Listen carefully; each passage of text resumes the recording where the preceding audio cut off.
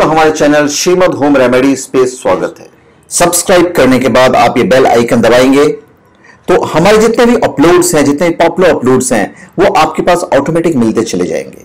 और साथ में आपको मिलेंगे हमारे सारे पॉपुलर चैनल्स जिसे देखकर आप एंटरटेन होंगे। So please subscribe my channel and please tap the bell. आप सबका हमारे चैनल पे स्वागत है। और हम नवग्रहों में हम शनि की बात कर रहे हैं, शनि ग्रह की, कि शनि ग्रह के लिए मंत्र क्या है, व्रत विधि क्या है और इसके लाभ क्या होते हैं। देखिए, ज्योतिष में 9 ग्रह बताए गए और सभी ग्रहों का असर जो है वो अलग अलग होता है। एक श्लोक है, ग्रहाधीनम जगत सर्वम ग्रहाधीना नरावरा। यह संपूर्ण संसार ग्रहों के अधीन है। ग्रह ही कर्मों का फल देने वाले हैं। सौर मंडल में 7 ग्रह और 2 छाया ग्रह राहु केतु मनुष्य के जीवन पर शुभ अशुभ प्रभाव डालते हैं। कुंडली में जिस ग्रह की स्थिति अशुभ होती है उससे शुभ फल पाने के लिए कई उपाय बताए गए हैं। और इन्हीं उपायों में से एक उपाय यह है कि अशुभ ग्रह के मंत्र का जप किया जाए, या फिर व्रत किया जाए, या फिर दोनों किया जाए। ग्रहों के मंत्र जप से असुर जो अशुभ असर है वो कम हो जाता है। ग्रहों के व्रत करने से अशुभ असर कम हो जाते हैं। ये बेनिफिट होते हैं। सौर मंडल में स्थित 7 ग्रह और 2 छाया ग्रह राहु केतु मनुष्य के जीवन पर शुभ अशुभ प्रभाव डालते हैं। जन्म कुंडली में ग्रहों के प्रतिकूल होने पर मनुष्य जो भी कर्म करता है वह सभी निष्फल हो जाता है और सुख दुख गायब हो जाता है। सुख तो गायब ही हो जाते हैं, दुखी दुख रह जाते हैं। दुख और कष्ट के अतिरिक्त कुछ मिलता नहीं है, क्योंकि सुख दुख लाभ हानि सब ग्रहों के ही अधीन है। इसलिए जन्म कुंडली के प्रतिकूल ग्रहों को अनुकूल करना आवश्यक है। इसके लिए शास्त्रों में कई सारे विधान बताए गए हैं। कोई रत्न पहनता है, कोई यंत्र पहनता है, कोई मंत्र पढ़ता है, कोई व्रत करता है। व्रत के जो नियम है वो सारे ग्रहों के कॉमन ही है। कुछ एक्स्ट्रा नहीं करना है कि इस ग्रह का वो करना है, उस ग्रह का वो करना है। सभी व्रतों के दिन प्रातः स्नान कर सूर्य को अर्घ्य देना है।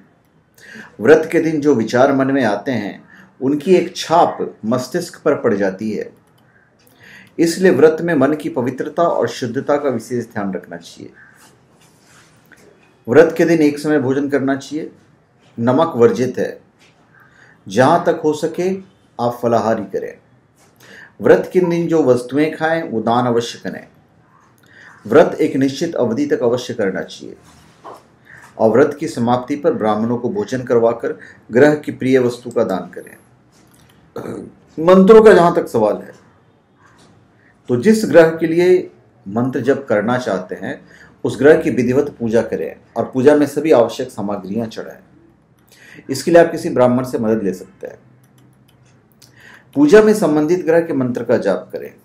वैसे तो हर ग्रह के लिए मंत्र जप निश्चित संख्या में बताई गई है, लेकिन यदि आप उतना नहीं कर सकें, उतना मंत्र जाप नहीं कर सकें, तो कम से कम 108 मंत्र जप अवश्य करना है। और मंत्र की जप के लिए आप रुद्राक्ष का माला पहनिए और आप रुद्राक्ष की माला पे जाप कर सकते हैं। शनि का जो व्रत है या मंत्र है उसे सांसारिक झंझटों में विजय और व्यापार में उन्नति होती है।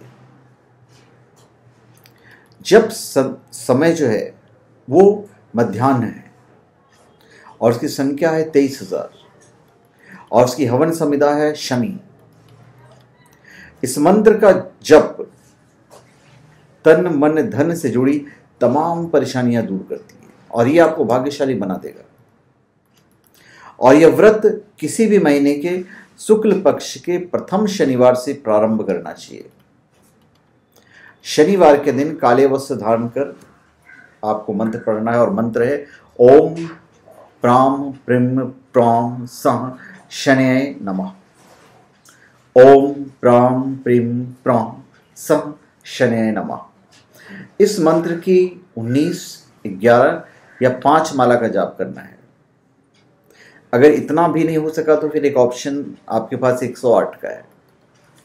जप करते समय 1 लोटे में शुद्ध जल, काला तिल, लौंग, दूध, चीनी और गंगाजल डालकर रखें और जप के बाद पीपल की जड़ में पश्चिम की तरफ मुख करके चढ़ा दीजिए। जो भोजन है, इस व्रत में उड़द की दाल और तेल से बना वड़ा, चीला, पकौड़ी और केला खाएं। फलाहार कीजिए तो और अच्छी बात है। नमक वगैरह जो अगर इसमें आप इस्तेमाल करते हैं तो सीधा नमक ही कीजिएगा, वैसे आप नहीं करें तो ज़्यादा अच्छा है। अब इस व्रत का जो फल है वो हम आपको बता देते हैं। इस व्रत को करने से शनि ग्रह के अशुभ प्रभाव दूर हो जाते हैं, सभी प्रकार की सांसारिक परेशानियों से मुक्ति मिलती है। लोहे, मशीनरी और फैक्ट्री वालों के व्यापार में उन्नति के लिए व्रत बहुत लाभदायक है। अब ये व्रत कितना करें, 1 बार, 2 बार, 5 बार, मैं आपको इसकी अवधि बता देता हूँ। शनिवार का व्रत 51 या फिर 19 शनिवारों तक करना चाहिए, 51 या फिर 19। जब व्रत का अंतिम शनिवार हो तो शनि मंत्र से हवन करके भिखारियों को शनि वस्तुओं का दान कीजिए।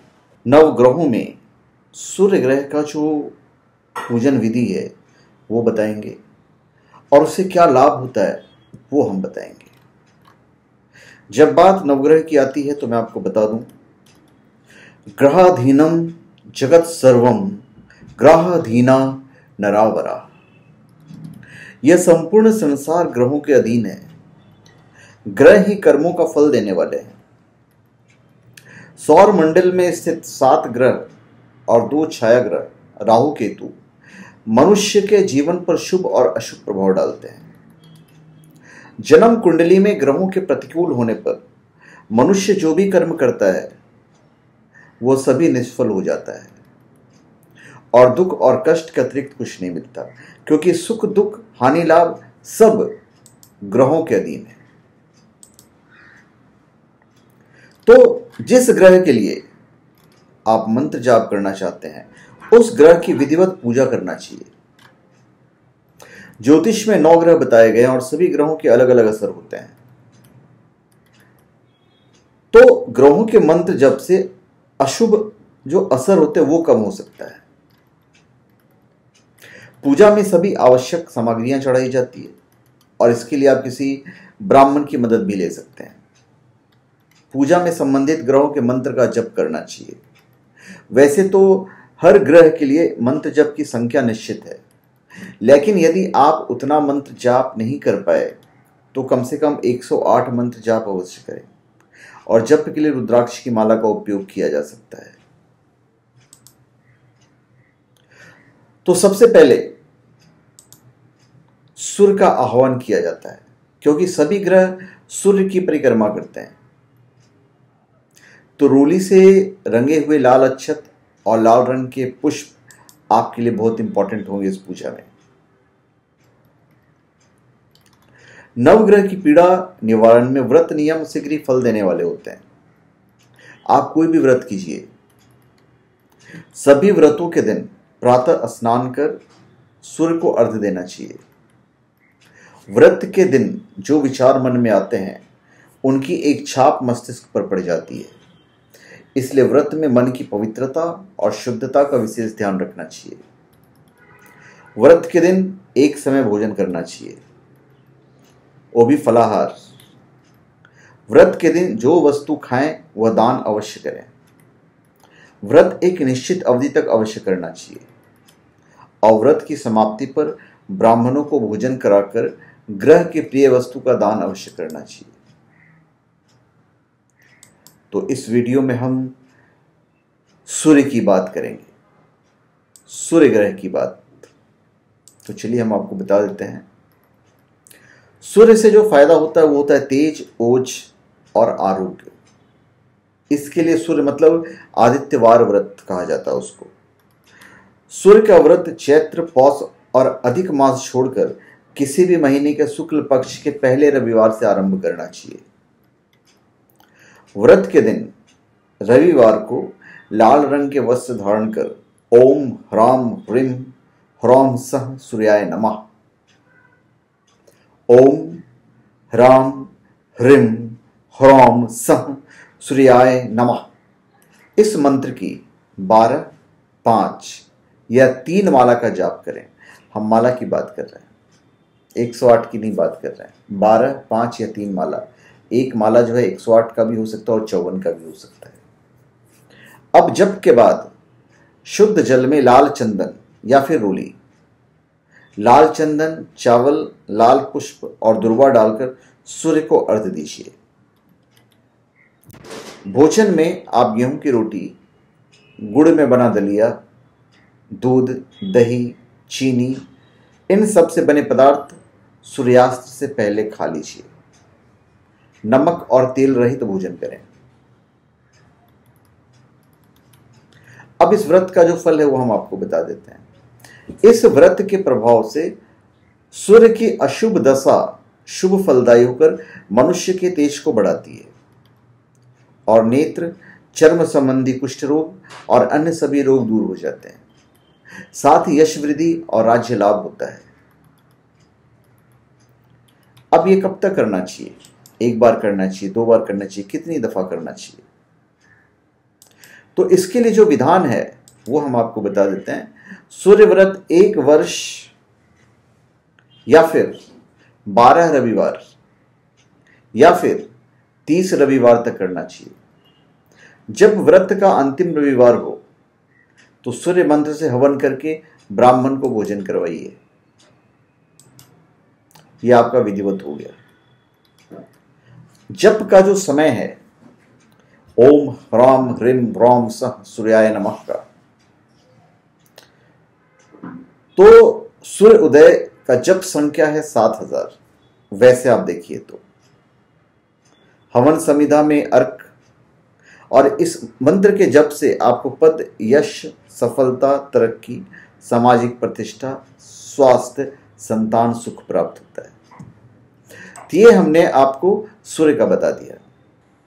तो धन्यवाद, आप सबका हमारे चैनल पे स्वागत है।